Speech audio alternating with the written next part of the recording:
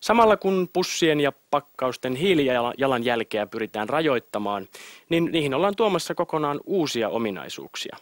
Esimerkiksi lääkepakkauksista on tulossa suorastaan älykkäitä. Maitopurkit ja lääkepakkaukset voivat kohta olla media muiden joukossa. Tässä valmistettaviin virustorjuntaohjelman pakkauksiin liitetään älypuhelimen sovelluksella tunnistettava koodi, joka avaa laitteen näytölle lisäpalveluita. Joitakin pakkauksia voi lukea myös web-kameralla. Siellä voi olla pelejä siellä taustalla. Se voi toimia erilaisena pääsylippuna johonkin asiaan. Mitään asiakkaan ei tarvitse ladata mitään itselleen saadakseen nämä. Me käytetään web-kameraa hyväkseen tässäkin ratkaisussa ja asiakkaat voi nähdä sieltä itselleen tarkoitettuja asioita.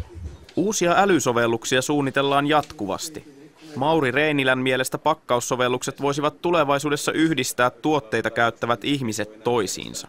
Meidän mielestä pakkauksilla pitää pystyä soittamaan puhelu. Sillä tavalla tarkoitan soittaa puhelu toiselle, että tuntematta toista kuluttajaa, mutta voisi jakaa kokemuksia ja voisi keskustella asiasta vain sen kautta, että käyttää samaa tuotetta. Ja se pakkaus voisi olla sellainen väline siihen, että sun ei tarvitse olla kaikkien ystävä jossakin medioissa. Pakkauksiin voidaan lisätä myös erilaisia tietoa kerääviä siruja. Tätä on kokeiltu jo esimerkiksi lääkepakkauksissa. Ihan seurattiin vähän, ottako ikääntyneet ihmiset lääkkeet ajallaan. Ja sitä on kokeiltu Subutex-korvaushoidossa ilmeisesti. Eli siinä katsotaan, että niitä listereitä ei auta kaikkea kerralla, vaan se otetaan tiettynä aikana. Asiakkaan käytöstä seuraavissa pakkauksissa piilee kuitenkin myös moraalinen riski. Kuinka paljon halutaan yksittäisen lääkepakkauksen keräävän tietoa sinun käytöstä.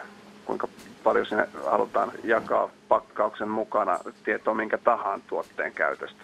Ei ole mitään sellaista automatiikkaa, että joku seuraisi sinua kassissa ja tietämättäsi. Eli sehän ei ole Suomen laissa mahdollista. Että eihän se pakkaus kerro mitään, jos et sinä rekisteröisi sitä. Ja silloin ei niitä palveluitakaan luonnollisesti saada, mutta ei kukaan sinua myöskään seuraa.